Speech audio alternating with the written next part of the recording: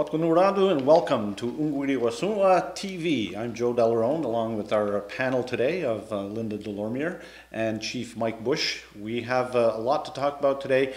This program, Onwarihwa'shon, is based on the old Onwarihwa'shon magazine that the Chief and Council used to put out a few years ago in the late 90s. At first it was about legislation and news that came out of Council. Over the years, of course, there has been a change and there's been more and more communication via KTV, Chiefs Uncut, and many, many other initiatives, too numerous to name. And over the years, this magazine was sort of forgotten. It was still published, but it was put by the wayside. And with the founding of the Legislative Coordinating Committee and the community decision-making process, it was felt that it was a good idea to bring back this magazine into a TV format and also as a magazine, but going back to its original roots, which is about legislation and laws and actual decisions that are made by Chief and Council and now by the community. And that's what the community decision-making process is all about. And as I said, joining us on the program, Linda Delormier, who's the coordinator of the Legislative Coordinating Commission, and Chief Mike Bush, who has been sitting on Chief and Council now for many years and one of the, I guess, important wheels in this movement to go back towards government by the people, directly through the people. You've been a strong advocate of this, and as a member of the Justice Commission, this has even more importance. We'll talk about the Justice Commission later, but first let's talk about this process itself. Chief and Council made a decision several years back to find a way to get more representative government and have people directly involved. Maybe just give us a little overview on that. Well, there's always been this discussion within the community about people saying council will get something and they'll act on it. And they don't ask, advise, or inform the people. They just go and they do it. And the dichotomy or the dispute that exists is that we don't need to talk to council because you're going to do it anyway. And then the other side of it is, why don't you tell us? Why don't you consult with us? And what we've been trying to do or attempting to do is find the happy medium. Okay. And this is an experiment in democracy. And since before I was on council, the question always was, how does Kahnawake make decisions? Or council does it, or perhaps the 207 does it, or perhaps Mohawk Trail does it. Everybody's doing their own thing. And when I first came across the community decision-making process, and the way it was described to me, it kind of made me feel like, you know, maybe we've got something here that everybody's been trying to talk about or trying to do and couldn't accomplish. And this allows for input from the entire community. Everybody in the community has the opportunity to have a say in what a decision ultimately should be. And I find that, you know, intriguing. I kind of find it exciting, actually, to hear what people are going to say exactly about what it is going to happen. What should we do? And I've said this forever, is that, you know, the genius that exists within Kahnawake has never really been tapped. I mean, on occasion we talk to somebody and you find the answer to a problem that's existed forever. And it was simply by talking to somebody in the community, you know, you guys should have done this. It's usually after the fact. Well, this is an attempt or an effort to make it happen before the fact. And I was kind of encouraged, we'll talk about justice later, but I was kind of encouraged with the hearing process that we went through on the Justice Act and watching the community input and, you know, getting the feedback from them. And it was in such positive, a constructive environment, once the people understood how it's supposed to work, that I said, this has a good chance. Because initially I wasn't that too thrilled with the notion of putting it into the community, and one of the comments that we got back was, excuse me, it was kind of like we had these, what would we call them, moot sessions? The mock session. Mock session, mood session, same thing. And when I was writing down my comments afterward, I said, this process is too long, you know. And then when we started having the hearings, one woman said to me, actually in our little work group, she says, this is work. And okay, fair enough. This is what, you know, the elected council has been doing all along, except they're not getting enough feedback. They're not getting enough information from the majority of the community. They're getting little special interests that are being, you know, putting their 2 cents in. This is what should happen. This is what we need. This is what we want. But the entire community, they didn't have an opportunity. Now they do. And of course, the dynamic changes, what with the chief and council handing it over back to the people, has to be a little difficult for chief and council as well, because old habits die hard, and even at the table, I'm sure some people are still saying, this does take a long time. Will it work in the long run? But the commitment has been made, but you know, around the table, still some skepticism at times.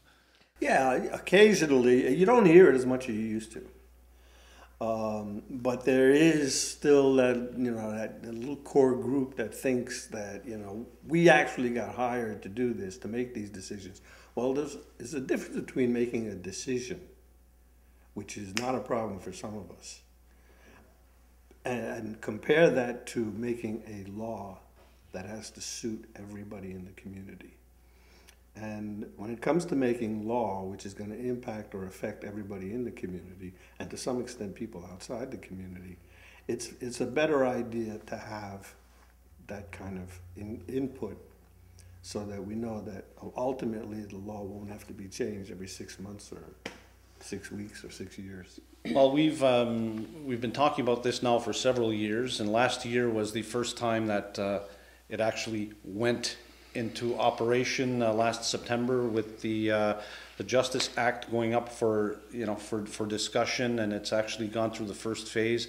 So, you know, we got to see it in reality recently. Phase 2 law for the first time. We'll describe those in a little bit, and just to let our viewers know, this isn't a one-off program. We're going to be doing several of these so that people can understand what the process is, and how to get involved, and all of that. Linda Delormier has been charged with the task of, for the last few years, of helping us to get where we're at. The process itself, which has been a real challenge. And it's a growing process, and I think everybody has to realize that, no more so than the people who are actually working on it. You've done a lot of work on this. Maybe just some thoughts on where we're at so far, and what it means. I was given this file in 2005, and the instructions I was given when I came back to the office after I took a year off to go to school was, we want a process where all of the community can participate. We know we need to acknowledge, for lack of a better term, all of the factions that are in existence in the community, and we want to also encourage the interdependency that we used to have historically and culturally, while acknowledging at the same time the modern reality that we live in. And we wanted to develop something where everyone could have a safe place to speak their mind, and then that the squeaky wheel didn't get the grease, and that everybody who had something to say had an opportunity in a forum to say something. So that was it. Those are my marching orders.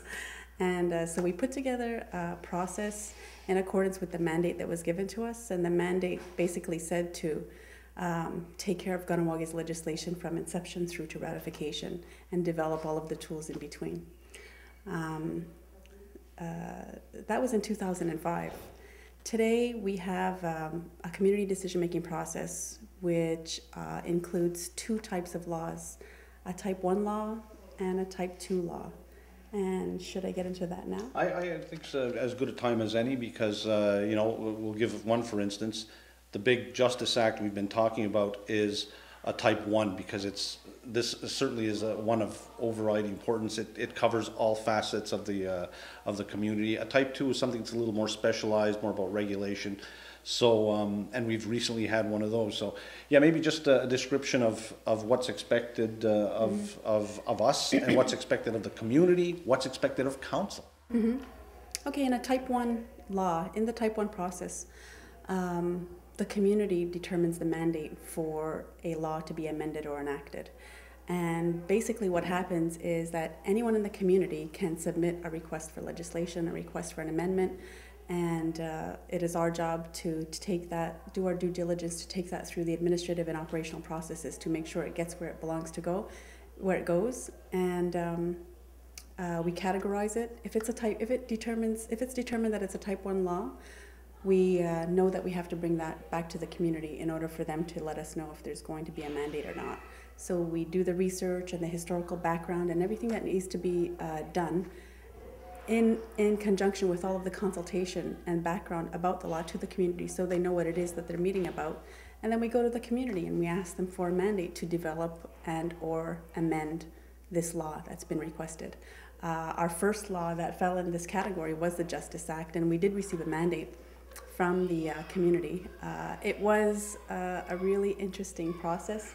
It was a learning process, and I just wanted to say that the community decision-making process is not the answer. The community decision-making process is the first step towards what we as a community want to be in the future. And it's challenging, and it's exciting, it's difficult, and it's going to be up to us what we want it to be. There's actually a fear. I mean, Mike, we saw some of it. Some people are thinking that, wait a minute, is it a trick? You know, they're giving this back to the people, chief and council. What's the give? There has to be a catch. Mm-hmm. And I remember when it first started out, there was actually a little bit of a protest saying, don't go, you know. And but as people took part, you know, they saw that they actually had input, and that's the whole idea.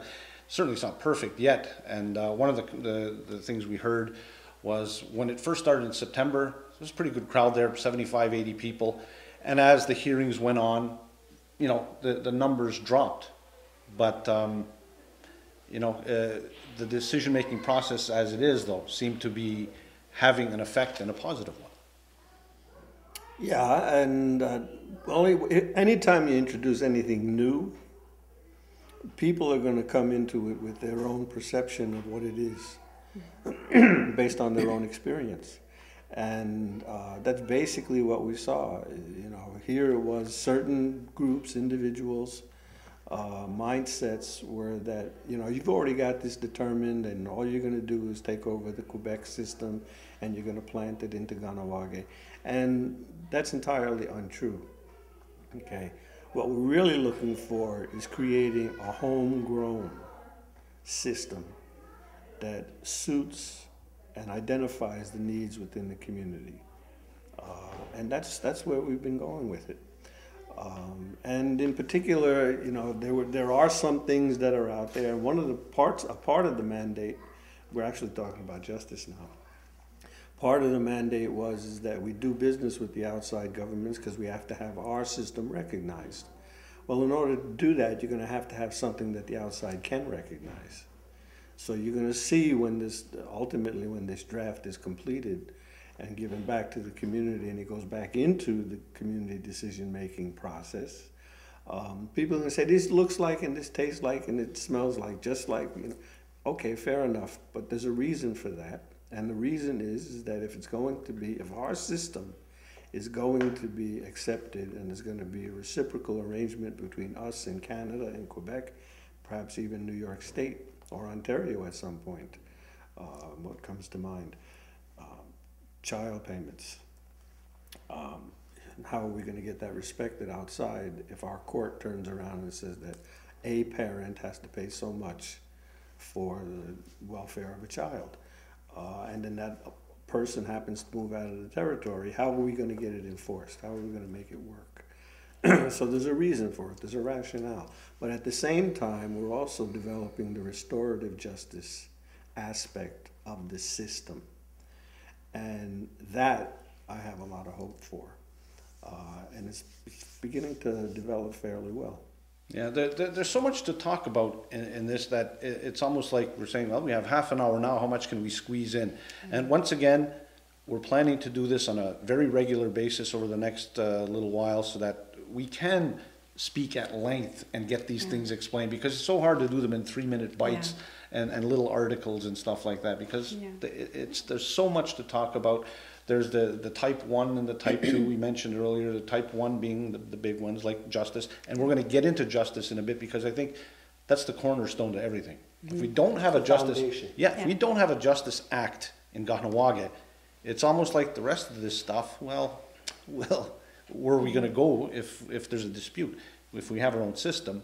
And I guess at this point, probably as good a time as any to get into that, because, you know, it's huge and a challenge. And Mike, earlier you said one thing that was interesting, is you like the process as even the hearings before the launch of the official hearings, but the process to gather information that was done by Ron Sky and the group at Justice to do that. So it's been an interesting process so far. And Linda, you were... Yeah, I just wanted to explain the difference between type 1 and type 2. I mean, we're all over the place, and I know it's going to be obviously going to be confusing for the community. It's confusing for us sometimes. It is a new process, and it is something that is constantly evolving and constantly growing. So the type 1 process for type 1 laws are for laws of general application, laws that affect all of us as a community. Membership law, land code, justice system. Those are the kinds of things that affect our basic human rights. Those are the type 1 pieces of legislation that the community only can provide a mandate to amend or enact. And anyone can submit a request to amend and enact a law. The type 2 laws are more regulatory in nature. They're more fiscal or administrative. So those are laws like the law that's going through right now, the sanitary conditions law, pigs at large law, the ATV law, laws of that nature. Those are type 2 process laws, and those still are under the mandate of the chief and council. They determine when those laws, what the mandate and the scope of those laws will be when they're amended and enacted. And as I said, this is the first step. This is the first step in a process to determine where we want to go as a community. And every year we evolve and we amend and we revise both the mandate and the process as we move more towards that participatory democracy that the community says they want to go. So the only way it can grow is if the community helps it grow. And the only way the community can help it grow is if the community works together to make it grow. So having a safe place to speak, having acknowledgement of who you are, no matter who you are in the community, is what we're trying to achieve here. And it's been a crazy ride so far. Well, it's a good time to bring up justice itself and the process where we're at now. Mandate given by the community, Mike. It took a while, but we got there. And maybe just some thoughts on that. Well, initially I was discouraged naturally because it took as long as it did. But as I mentioned earlier, the process, not the process itself, the interaction that occurred during those hearings and the dynamism, the energy that came out of those meetings, even as they got smaller. Actually, as they got smaller, they got a little bit more intense and a little bit more focused, which was kind of good now that I think about it. But ultimately, you know, the community told us, this is what we want, 1, 2, 3, 4. And it's easily distributed within the community if anybody asks. So here we have our marching orders. And a technical team working group was developed with representatives from those hearing meetings and from LCC, from OCC, from legal, and the Justice Commission. And this technical team working group have been meeting diligently up until the last 2 months when certain things occurred that prevented us from continuing. But we're meeting every 2 weeks. And we meet in the evening, and we go over what we've developed as a draft of the Justice Act. And the community reps are very effective because their function in life is to remind us, the technical team, that what was actually said or what was actually decided during the hearings is contained within this draft. Mm-hmm. So it's very important, and I'm happy with that. In any case, where we sit at the moment is we've got this draft, which is almost complete. I'm thinking, originally I said we'd have it done by January, but then these events occurred outside of the working group. We lost personnel and all kinds of things. But now we have this document. We're going to put in this restorative justice portion. We take it back to the technical team. They review it. They say, yes, this is what the community was saying, or this is what the community wanted. Then we take it back into the hearing process, the larger community forum type arrangement, and see if we can get it passed. One thing that was that always struck me was, despite the fact that when the initial surveys were done, and there were a lot of hearings beforehand, or should I say information sessions, various means of getting people's input before it even went to the hearing. We were looking at numbers of support like 94, 90, 85, 86% in support of various segments of our own justice system. So even with that, it took a while for the mandate to be given. I guess that was kind of the surprise, but it goes to show you the complexity of something like that, and how huge an undertaking it is. Well, let me give you an anecdote. About 15 years ago, when I was still doing the law routine, I happened to be working for the Attorney General's office in Ontario. And I was working with this lawyer, and I happened to have a chief run into me at some point in time, and they said, this chief at the time said, when he gets back, he's going to be doing our Justice Act and our Constitution. This was an idea. It never went anywhere, but this was an idea. And this lawyer, who is fairly prestigious, turned around and he says, well, you're going to have him a long time, because it's going to take him about 40 years to be able to create what it is you just asked for. All right? Because we're talking about a justice system. We're not talking about opening up the town garage and getting involved with the law in and of itself. I mean, they're still trying to figure it out. And they keep going to the Supreme Court saying, did we get it right? Because it is not a simple thing. We are impacting people's lives. And you have to be careful with that. And that's what we're doing. We're trying to be careful with it, because we don't want to make a mistake that's going to fall back on us 5 years from now or 15 years from now. I just wanted to say one thing, in that within the process, the difficulty or the challenges that the Justice Act technical team is going through is that you have the Chief's Oversight Committee, whose responsibility is to make sure that the Legislative Coordinating Commission is doing their job. So they oversee the Legislative Coordinating Commission. The Legislative Coordinating Commission's job is to ensure that the process is followed. So they're in there as well. The Justice Commission are the originators. They submitted the request for the legislation. So they're the expertise on the content and what's going to be developed, the substance. And then you have the community representatives, who are responsible to ensure the integrity of that mandate that the community provided for last year is adhered to, and that what was included in that mandated that the technical team sticks to. So you have all of these interests represented in this one technical team. So that's what you're constantly trying to balance and constantly trying to ensure is maintained throughout all of these discussions. So there's no way for a specific personal, if you had an ulterior motive or an alternative agenda, there's no way that someone individual can steer the process, because all of those checks and balances are in place. And it's an excellent way of doing things, but it makes for a long process. And we like to think, well, measure twice, cut once kind of thing, and it is challenging. It's challenging, it's long, but it's I hope in the long run it's the better way of doing things. One thing that, and I know there's so much to talk about, but it's good that you bring up that in the processes and the checks and balances.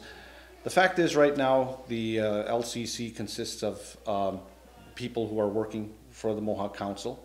I'm one of the people on the commission as communications rep. You're there. We have several people, and the Chief's Oversight Committee. But the idea is, at some point, as this thing gets legs here, that's going to be separated and become its own entity. Yeah. Yeah. What's the reason for that? What we want to do is remove that perception of being MCK driven, MCK dominated, MCK, secretive. All of those things that came out in the past, and there may be some truth to some of those notions, because somebody did something or two people did something, but we don't want to allow those things to become barriers to progress or to future development. And so the answer is, what do? Separate these things out. But even that has problems, because council gets into the whole notion of, look, we divvy off these pieces and things and they become autonomous. And then what happens as soon as they get in trouble, they throw it back to council, which is true. Mm-hmm. It does happen. So we're in this constant, it's like being a juggler. You got to keep one ball in the air all the time. And that's why we have a revision process that is an annual occurrence. So the process is revised annually, the mandate is reviewed annually, and each year it's improved. Eventually we're looking at, hoping to have community members on the commission and representation from different areas in the community. But we have to start somewhere. And let me add something, because part of what we're learning here as we go through it is there is a learning curve. We did type 1 and we learned from that without any major explosions. But now we're in type 2 and we're seeing all kinds of reactions and because this is going to affect people immediately. Tomorrow, am I going to be able to put a sign in my backyard? That's real, that's immediate. And we're seeing, this is the point that I want to make. We're learning as we do this. It's not been done before. And because it's not been done before, we're bound to have some trips and we're bound to have some, little setbacks and, wait a minute, are we doing this right? So that it's natural. It's going to happen. And, even as you had the sanitary conditions opening, I'm being polite, there was some reaction to it, but we're trying to explain to people is that, give it a chance, because it can be made to work, but it can be made to work if you stay constructive and positive towards the end result. What was most interesting about the sanitary conditions hearing, or the first reading, was a lot of the questions came up not about the law, but about the process. Mm-hmm. And again, that's one of the reasons why we're going to be here over the next several weeks, and you will get a chance to see this program on a repeat basis, and then several more will be coming. We'll talk about the process coming up more in detail. Also, justice and sanitary conditions aren't the only thing on the table. We have just a moment or two to talk, but what are some of the other things coming up that we can see in the future? Currently on our docket, type 1 laws, we have the Justice Act, the Land Code, Membership Law, Elections Law, COSHA, ABC, and Sanitary Conditions. Now, the plate is full, so we know that there's going to be plenty of opportunity. We invite everyone to look at the website, www.makingdecisions.com. There's a lot of instruction there, and that should help you along. And at any time, if you have any questions, don't be shy. Call our office, 632-7500. Linda's usually there. If not, her assistant Leslie is there, or any of us, or any of the chiefs, and we'll talk to you about this. So with that, we'd like to thank our guests on this first program, Onwarihwa'shon TV. Glad you were able to join us, and hope you'll join us next time. Chief Mike Bush, Linda Delormier, and I'm Joe Delaronde saying thanks for watching, and we'll see you next time on Onwarihwa'shon.